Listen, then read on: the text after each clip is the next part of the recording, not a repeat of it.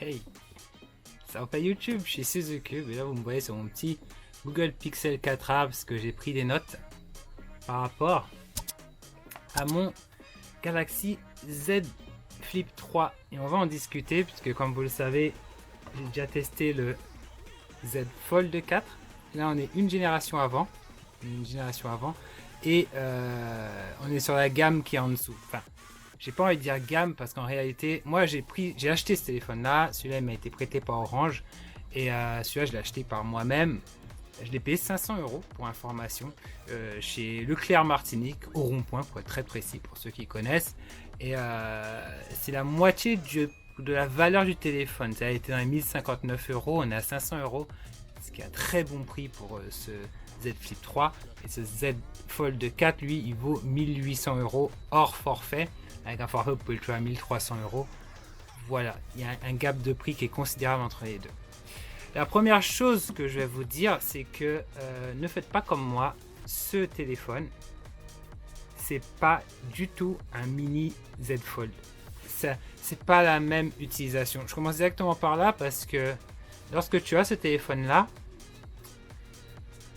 en fait, c'est un téléphone si tu n'utilises pas trop les réseaux sociaux ou si tu as envie de te couper un peu des réseaux sociaux, du monde. Parce que le téléphone, il est comme ça. Et rien que le fait de devoir l'ouvrir et le refermer pour voir, pour interagir avec, ça va être un premier frein qui va faire que tu vas moins toucher ton téléphone. Il y a également un autre truc, il y a un écran externe, un petit écran externe qui fait 1,9 pouces. C'est un écran OLED tout simplement. Et vous pouvez même mettre des petites animations dessus que moi je trouve super sympa. J'ai pas arrêté de customiser, j'ai mis des animations dessus et j'adore. Celle-là aussi j'adore. C'est comme Pokémon. Franchement j'aime bien, ça me rappelle vraiment la Game Boy Advance SP. C'est pour ça que j'ai mis ce fond d'écran là. Ce fond d'écran là, pour ceux qui se posent la question, qui le veulent, je ferai peut-être un article Otaku Game et je mettrai dessus. Mais en fait c'est juste... c'est un gif animé en fait. C'est tout con, c'est juste à la limite mettre des vidéos. Tu peux mettre devant aussi là, c'est des vidéos, des gifs animés, voilà. Après, pour parler un peu plus sérieusement de cet écran, tu peux voir tes notifications. Donc tu as toutes tes notifications qui sont visibles sur l'écran. Tu as un petit point orange quand tu as des nouvelles notifications. C'est-à-dire, moi j'ai désactivé le Always On Display sur cet écran. Mais en réalité, je vais le remettre parce que, en fait, quand tu as Always On Display, tu as juste un point orange qui t'indique que tu as une nouvelle notification. Ça te permet de savoir que tu as une notification et de directement, justement, regarder tes notifications parce que tu sais que tu en as. Voilà. Cet écran-là sert aussi beaucoup lorsque tu es comme ça et que tu veux faire un selfie vite fait. Tu double-cliques sur le bouton Power et en fait, là, tu as l'écran qui te permet de voir ce que tu filmes. Tu as trois modes de vidéo, trois modes. Tu as le mode vidéo, tu as le mode portrait, photo portrait, forcément c'est pour les selfies, le mode photo normal, et enfin tu as le mode vidéo, simplement. Tu peux cliquer au centre pour avoir l'aspect ratio exact. Qu'est-ce que... Ah oui, merde, il fait des photos.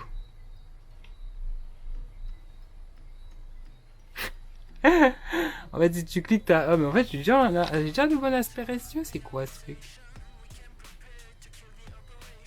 Ah, voilà, excusez-moi. Là, tu as l'aspect ratio exact, c'est là tu vois tout l'écran et en fait, il faut double-cliquer dessus. Là, tu vois que le centre. Tu vois, si tu veux vraiment bien cadrer, là, tu es sûr de voir toute l'image, sinon en général, comme ça suffit. Tu peux switcher entre les caméras pendant que tu filmes et c'est extrêmement pratique. Niveau caméra, on a deux caméras de 12 mégapixels qui sont un peu moins, très légèrement moins bonnes que le S21.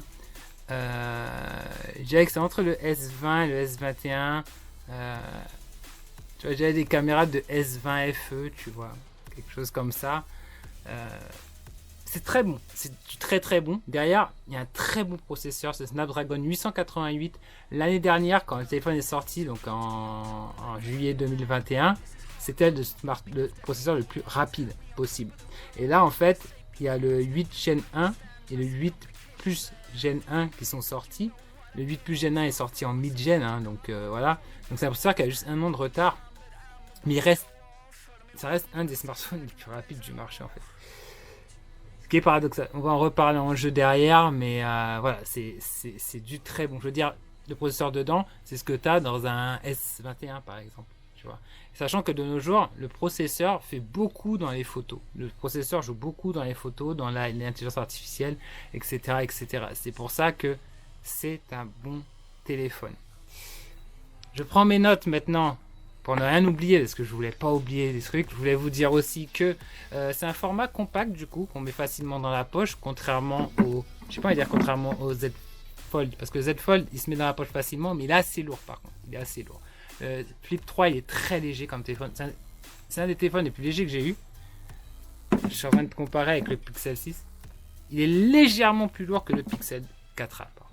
Donc c'est à peu près la même chose. Il a été conçu avec du Corning Gorilla Glass Victus, qui est le verre le plus résistant à l'heure actuelle. Mais le verre, ça va être du verre, donc en impact sur le sol, ça casse. J'ai commandé une coque spéciale pour le téléphone. Je vous ferai un unboxing dessus pour vous montrer. Mais c'est une coque avec une lanière derrière que j'ai pas mal aimé. C'est une coque officielle de Samsung. Ah, mais le truc, il veut traquer tout sauf ma tronche maintenant. Qu'y a-t-il d'autre que je peux vous dire? Le téléphone a été testé pour 200 000 pliages. Alors ça va prendre plus de 5 ans de pliage. Je pense que d'ici là, j'aurais changé de téléphone de toutes les manières. Et je pense qu'il y a des gens qui ont essayé de casser en pliant le téléphone normalement. Ils n'ont jamais réussi en fait. Même en pliant des pliants, ça se casse pas.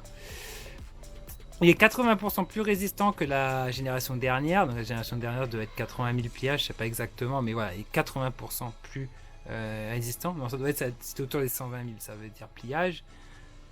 Vous pouvez prendre le Samsung Care Plus. Alors c'est une assurance qui vous permet pour 179 € pendant 2 ans que si votre téléphone vous le pétez, vous le lancez contre la fenêtre, vous le cassez, ça me donne que vous le réparez directement ou vous le remplacez. Même s'il est volé, vous le remplacez.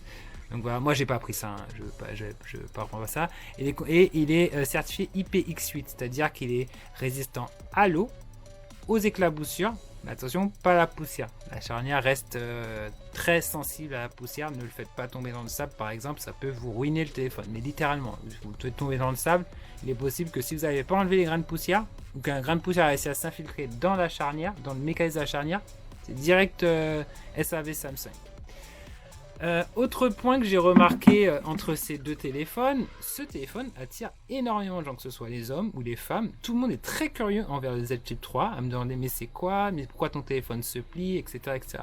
Le Z Fold 4, il est plus discret, curieusement. Quand il est posé sur une table, il n'y a pas grand monde qui le remarque, sauf les gens qui le connaissent, qui se disent ah mais c'est quoi, mais attends, c'est un Z Fold 4. Celui-là, dès que quelqu'un le voit, ah ouais, tout de suite c'est parti. Donc je serais tenté de dire que si quelqu'un veut un téléphone d'image, un téléphone pour, tu vois, un téléphone différent des autres, un téléphone qui attire la curiosité, c'est celui-là directement. Il y a l'écran interne, puisqu'on en parle. L'écran interne, c'est un 6,7 pouces. Hop là, je mets mon... Voilà. C'est un 6,7 pouces. Il faut savoir que c'est un écran qui est très étiré, donc c'est à peu près la taille. Il se fout de ma gueule. Coucou. Regarde, je suis là. Donc c'est à peu près, par exemple, ça c'est un écran 5,7 pouces, il est assez petit. Vous pouvez voir que c'est la même largeur, mais il est beaucoup plus haut. Du coup, quand tu fais ça, tu vois, tu as de la place en plus sur ton écran.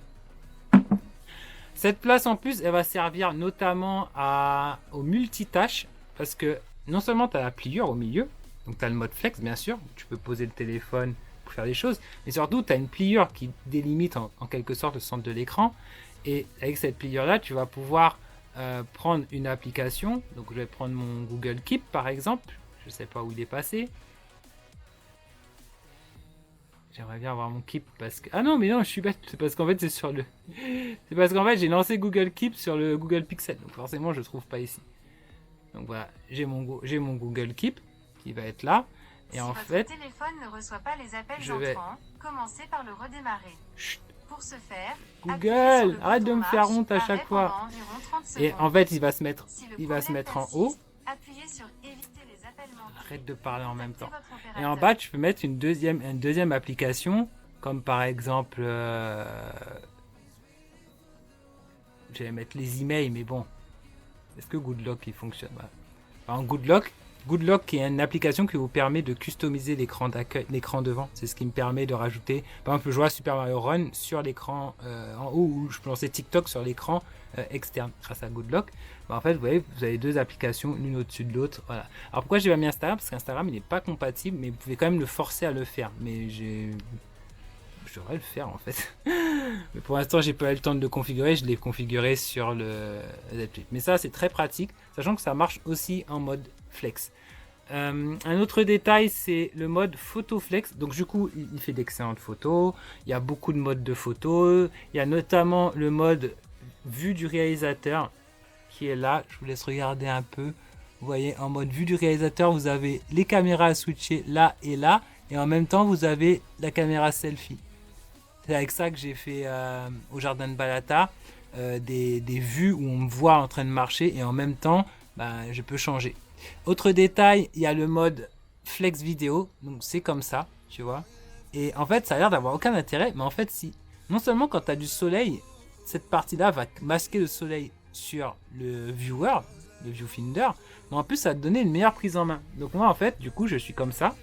Je tiens comme ça mon téléphone, vous voyez, là j'ai la main comme ça. Et en fait, j'ai le doigt là qui peut appuyer sur le bouton play. Et en face de moi, je vois. Et j'ai un véritable caméscope en main. Et c'est très très très agréable pour filmer. Je vous avoue que c'est le meilleur téléphone que j'ai eu pour filmer en termes de confort de film, en termes de... Tu vois, j'ai pas peur de le faire tomber. J'ai pas un truc plat dans la main. Je suis pas comme ça, un peu comme ça, du bout des doigts, essayer. Tu vois, c'est pas là. Là, on n'est plus comme ça. Là... Clac, clac. Là, j'ai un vrai caméscope entre les mains. Tu vois, là, c'est une fonctionnalité qui m'a énormément plu. Elle est très, très bien faite. Vous pouvez également le poser, le téléphone. Donc, si vous posez le téléphone, vous voyez que là, vous avez...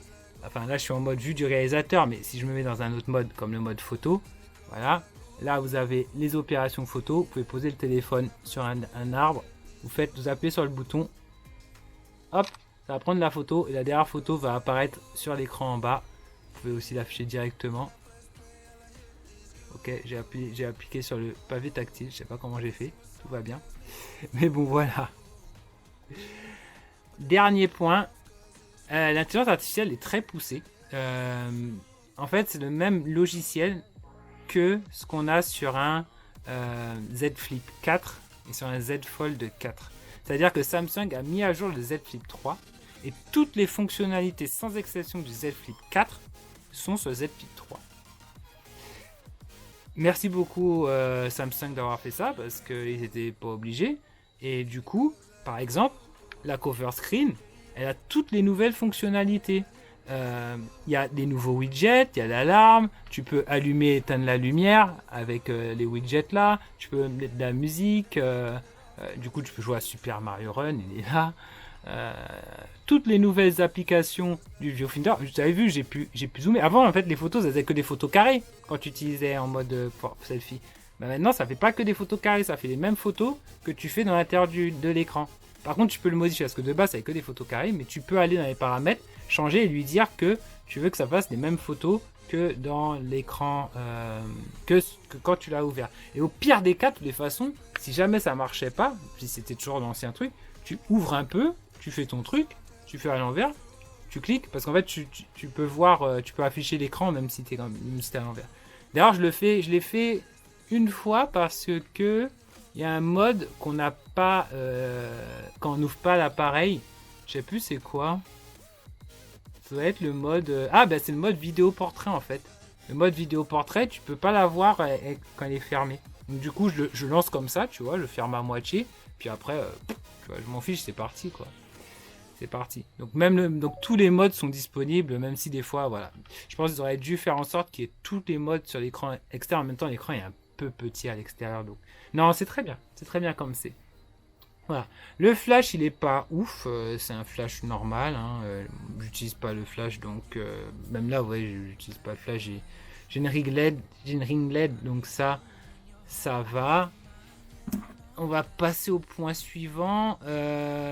Au niveau de la puissance du téléphone, comme je disais, il est très puissant, mais je ne vous ai pas parlé de mon ressenti. En fait, que ce soit sur ce téléphone-là où sur celui-là, je sens pas de différence à l'usage. C'est-à-dire Instagram s'ouvre à la même vitesse, Snapchat s'ouvre à la même vitesse, TikTok s'ouvre à la même vitesse.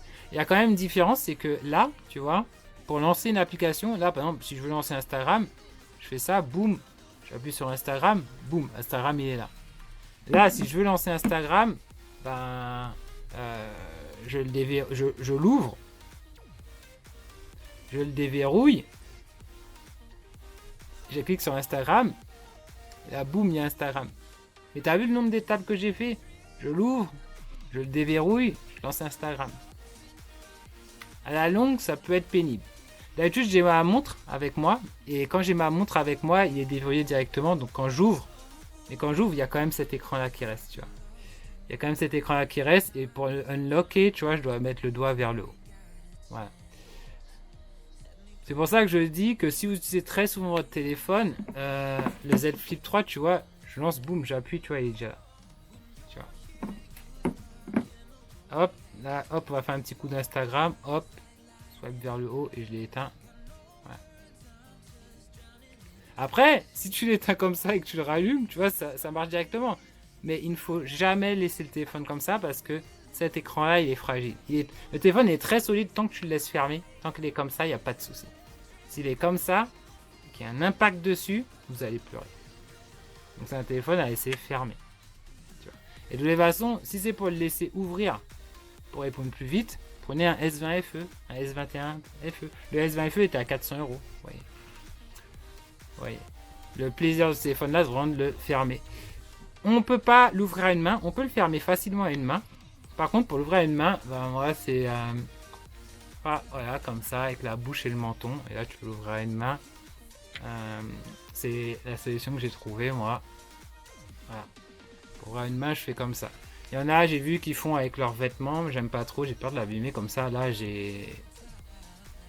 Voilà. C'est un point qu'on me demande souvent. On me demande aussi souvent, est-ce que tu vois la pliure? Ben, regardez par vous-même, hein. Là, il y a un truc qui est pas juste, c'est que j'ai mis un reflet. En fait, ça dépend des sources de lumière. C'est-à-dire que dès qu'il y a de la lumière qui vient en face, tu vois la pliure. Et si je vous fais ça, ben là, en fait, tu vois la pliure, elle est là, elle est là où je passe mon doigt. Tu la vois pas. Est-ce qu'on la sent?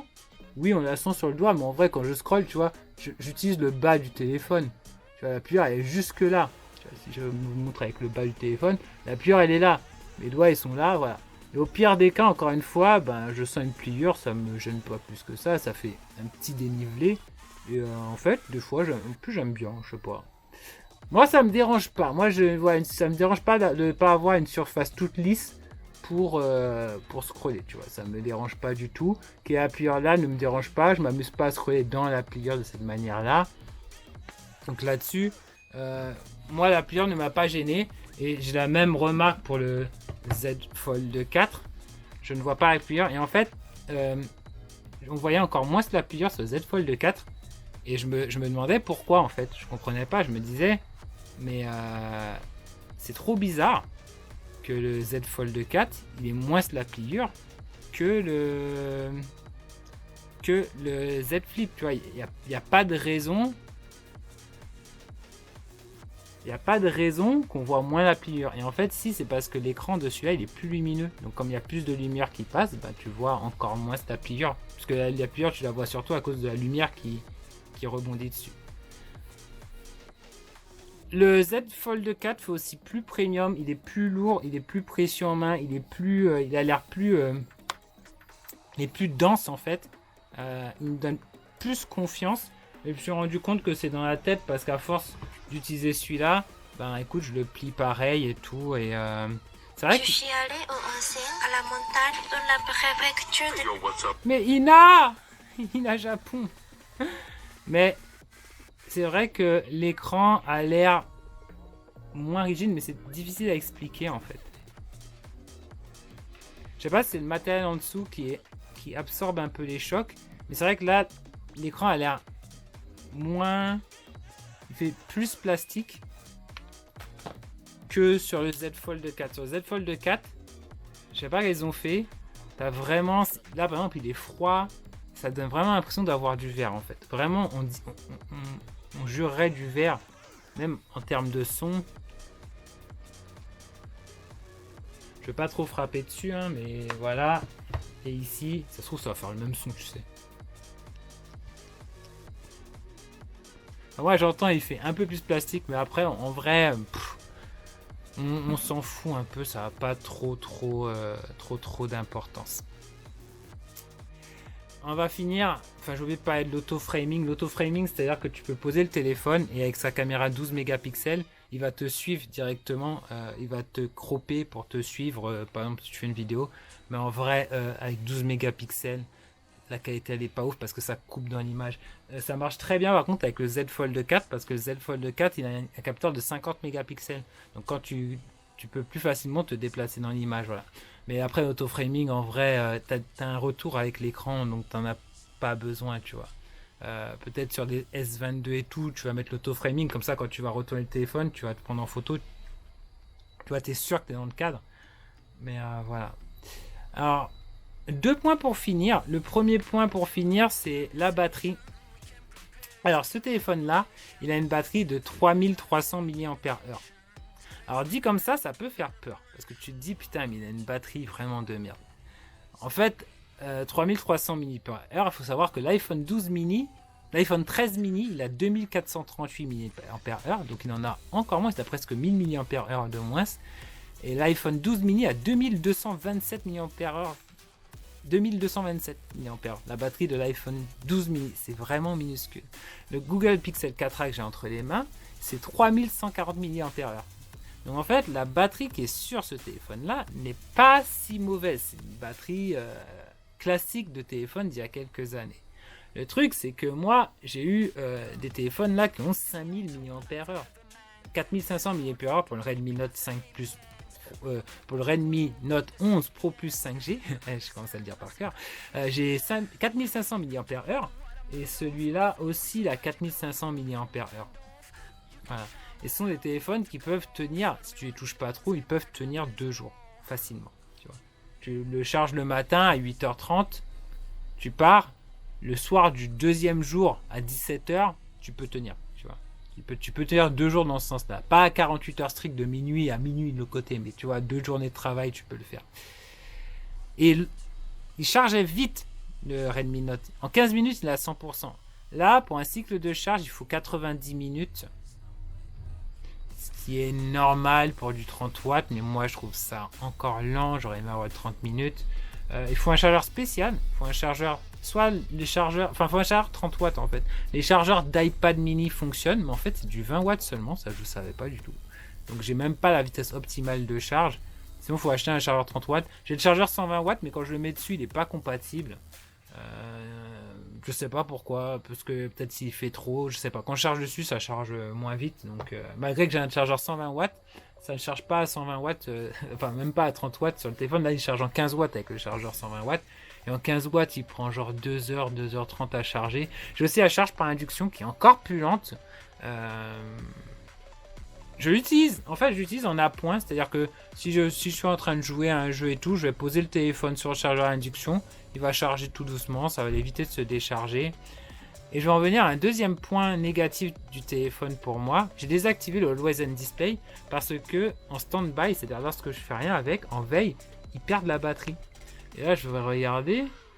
Il est à 89%. Il perd à peu près 5% de batterie par heure. Tu vois. Et 5 à 10%, ça dépend. C'est-à-dire, tu prends ton téléphone, tu le mets dans ta poche, tu es à 100%, tu roules, tu vas 1 heure à la plage, il y a une plage qui a 1 heure de route, tu sors le téléphone, il est à 90%, tu vois. Et ça, j'ai pas ce problème sur le Z Fold.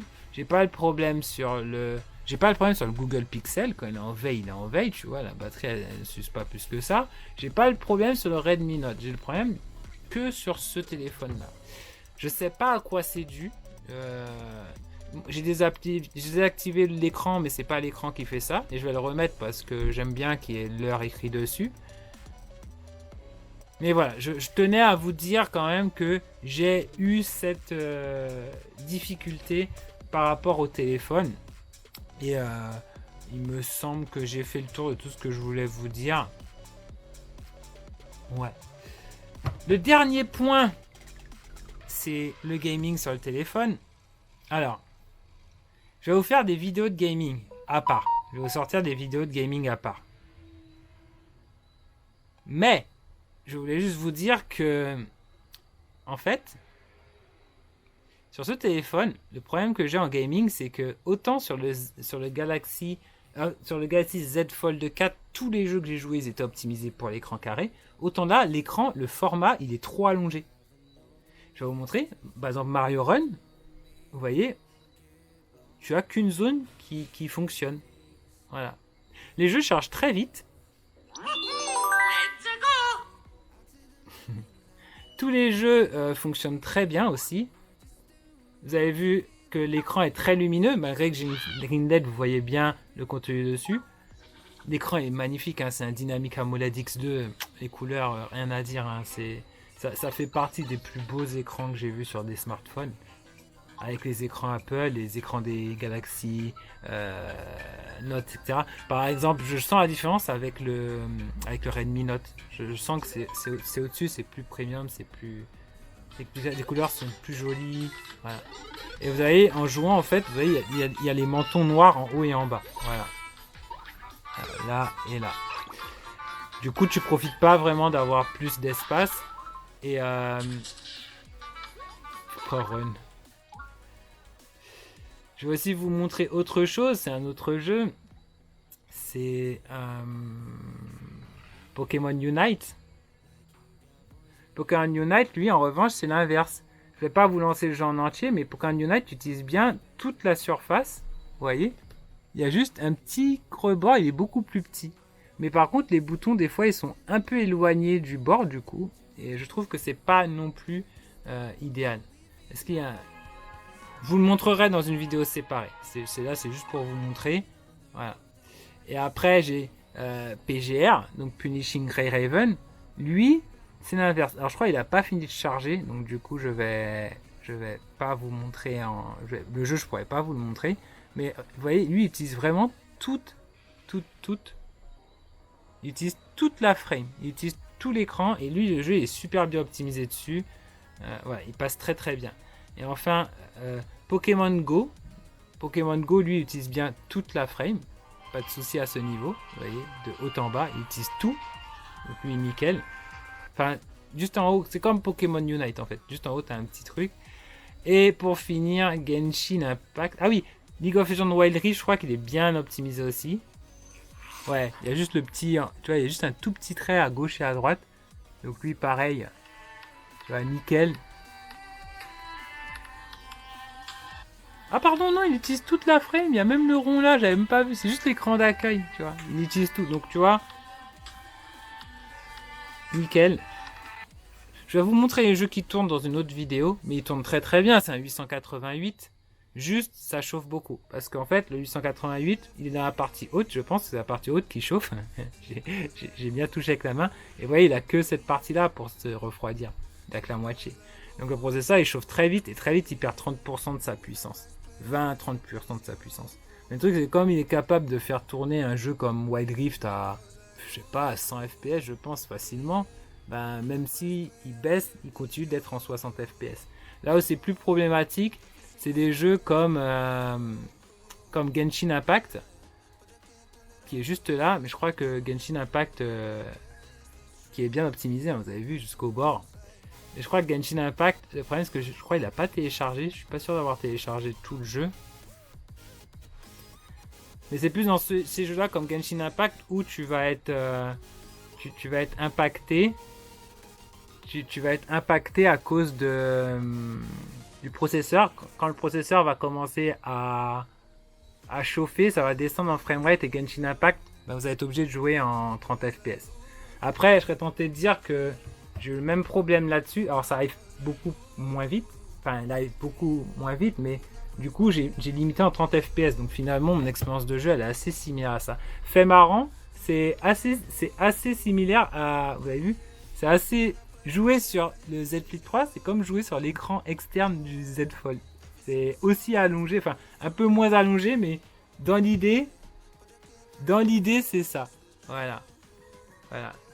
Alors, est-ce que c'est un bon téléphone de jeu du coup? La réponse c'est non. Pour 1100 euros, vous aurez des téléphones de jeu qui seront beaucoup plus performants. Est-ce que c'est un téléphone sur lequel tu peux jouer? Oui, tu peux jouer à tout. Call of Duty Mobile, tu peux jouer à tous les jeux dessus. Tous les jeux fonctionnent dessus. Est-ce que l'Xbox Game Pass passe dessus? Très très bien. L'Xbox Game Pass il passe très bien. Je vais vous montrer ce petit Xbox. La Xbox Game Pass. Hop là. Donc le Xbox Game Pass passe très très bien, il n'y a aucun souci là-dessus. Le problème du Xbox Game Pass là-dessus, c'est que... est-ce que je peux lancer Scorn? Il me dit de reprendre ma partie. Non mais je veux pas connecter une manette. Ah, on est obligé de connecter une manette maintenant pour lancer le jeu. On va mettre Minecraft Dungeons, parce que lui il a pas besoin de manette. C'est marrant ça. Et le pire c'est que j'ai une manette à côté, hein. Regardez, juste là. Et je suis très content d'avoir acheté cette manette là parce que... Non, le Razer Kishi va mieux à ce téléphone là parce que en fait le Nikon il est... Tu vois, le ressort il est vraiment fort. Tu vois. Et ça fait pression sur le téléphone des deux côtés. Ça c'est pas cool. Alors, ce que je vous disais c'est que sur le... Vous avez vu sur le Game Pass ça fait des grosses bandes noires à gauche et à droite. Donc pareil, c'est pas la machine idéale au Game Pass. Par contre, ce qui est bien avec le Kishi, pour ce téléphone-là, je vous conseille plus un Kishi parce que le Kishi fait pas pression en fait. C'est-à-dire que le Kishi, je pose le téléphone à côté, le Kishi, tu retires et quand tu retires derrière, tu vois, c'est tout souple. Donc du coup, quand tu mets pour le téléphone, là, tu as de la mousse et tout, tu vois. Donc pour le Kishi, il est juste parfait. Tu mets un côté là. Tu prends l'autre côté, tu tiens bien ton téléphone, tu tires, tu mets l'autre côté dessus. Voilà. Et en fait, c'est tout. Donc là, tu as ton Kishi qui est dessus. Faut juste... Tu peux même pas... Attends, j'essaie de voir si tu peux le plier. Non, en fait, derrière, c'est sécure parce qu'il y a ça. Du coup, le téléphone ne se plie pas. Et de toute façon, quand il est déplié, il est collé. Et en fait, là, tu peux jouer. Par contre, le problème, comme vous voyez, c'est que il n'y a que le milieu de l'écran là. Il n'y a que le milieu de l'écran là qui est utilisé. Donc là, tu as du noir, là, tu as du noir. Donc quelque part, un téléphone plus large et moins long, c'est quand même plus optimal. Le Redmi Note Pro Plus 5G, par exemple, fonctionne quand même bien mieux. Maintenant, ça marche quand même bien, tu vois. Tu peux quand même jouer. Tu vois, tu as tes bandes noires. Tu peux pas agrandir. C'est pas possible d'agrandir. C'est comme ça. C'est coupé comme ça. Et voilà, ça marche quand même. Je vous conseille plus celui-là que l'autre parce que l'autre en fait vraiment ça met de la pression sur le téléphone. Celui-là il appuie pas trop. Et moi ce que j'ai peur c'est que en appuyant des deux côtés comme ça, que ça force la charnière, etc. C'est pour ça que je vais le mettre dedans quand même pour vous montrer ce que je vous dis. Mais vous voyez, rien que pour le mettre dedans, tu vois je galère. Là j'ai réussi. Là j'ai lâché. Et là tu vois j'ai pas trop confiance quoi. J'ai pas trop confiance. Mais sinon ça donne ça. Ça donne ça. Mais le truc c'est que je sens que ça serre sur le téléphone. Et moi je conseille pas trop. Et là j'essaie. Là rien que pour retirer là c'est encore la galère. Voilà. Là vous voyez là pour retirer c'est la galère parce que faut que j'arrive à tirer d'un côté. Que je récupère que je tire d'un côté tu vois. Que je le bloque. Que je récupère le téléphone, que je lâche, et donc je vais me passer les doigts. Et regardez comme c'est hyper fort, regarde. Vous avez vu? C'est très bien pour les téléphones Pass, mais pour celui-là, je vous conseille pas. Ouais, je suis en train de regarder s'il n'y a pas des dommages et tout, tellement ça me fait peur. Mais du coup, je vous recommande pas. Voilà pour tout ce qu'il y a à dire autour de ce téléphone. Je pense que j'ai fait le tour. Je pense que j'en ai dit vraiment beaucoup. Si vous hésitez à le prendre, je vais vous dire ça comme ça. À 1000 €, ça peut être compliqué de se demander est-ce que j'achète ça, est-ce que j'achète pas ça. Par contre, à 500 €, c'est un S21 en fait. Tu vois, c'est un S21 pliable. Mais 500 €, c'est génial. Pour 500 €, j'ai des appareils photo qui sont meilleurs que ce que j'ai sur la Osmo Pocket. Ah ouais, il faut savoir, c'est meilleur que la Osmo Pocket. Surtout quand on prend la mise au point de près. Parce que la Osmo Pocket, des fois, elle a vraiment du mal de près. Hop. Il y a 2 objectifs. Lorsque vous le tenez comme ça, vous voyez, comme ça dans la main, que vous lancez là, le film, que vous lancez comme ça, ou que vous filmez juste comme ça là. Vous avez ça dans votre main, vous filmez comme ça. Vous filmez comme ça. C'est comme avoir une Osmo Pocket dans la main. C'est comme avoir une Osmo Pocket dans la main. C'est comme avoir une GoPro. Il y a le mode grand angle, c'est comme une GoPro. Et la Osmo Pocket, j'ai payé 400 €. Là, pour 500 €, j'ai un smartphone avec. Et j'ai 2 objectifs. Et la stabilisation est vraiment bonne. Parce que là, on est sur du haut de gamme. Donc à 500 € en 2022, ça défonce.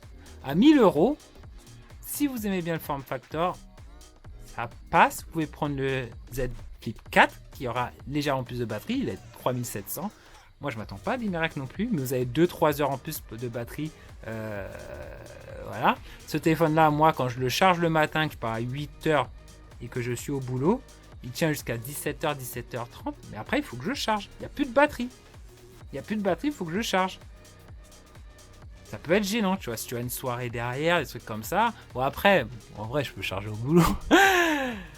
Donc, je charge au boulot. Et voilà, j'ai aussi acheté j'ai récupéré j'ai une grosse Pokéball, qui sert de batterie externe. Donc, je l'ai récupérée.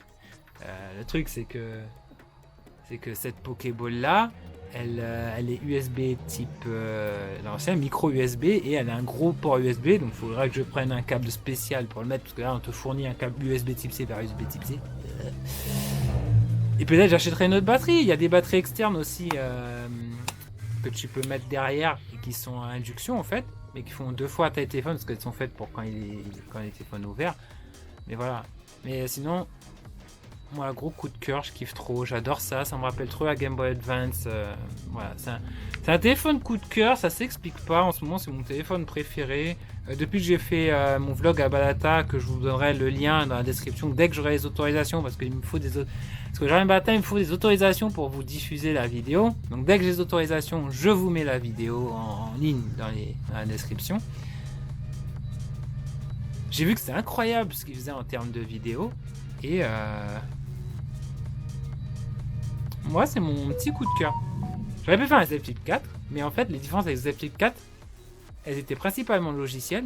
Et comme il a été mis à jour et que tous les trucs du Z Flip 4 sont sur le Z Flip 3, moi, si vous avez des Z Flip 3 en promotion, je vous le conseille.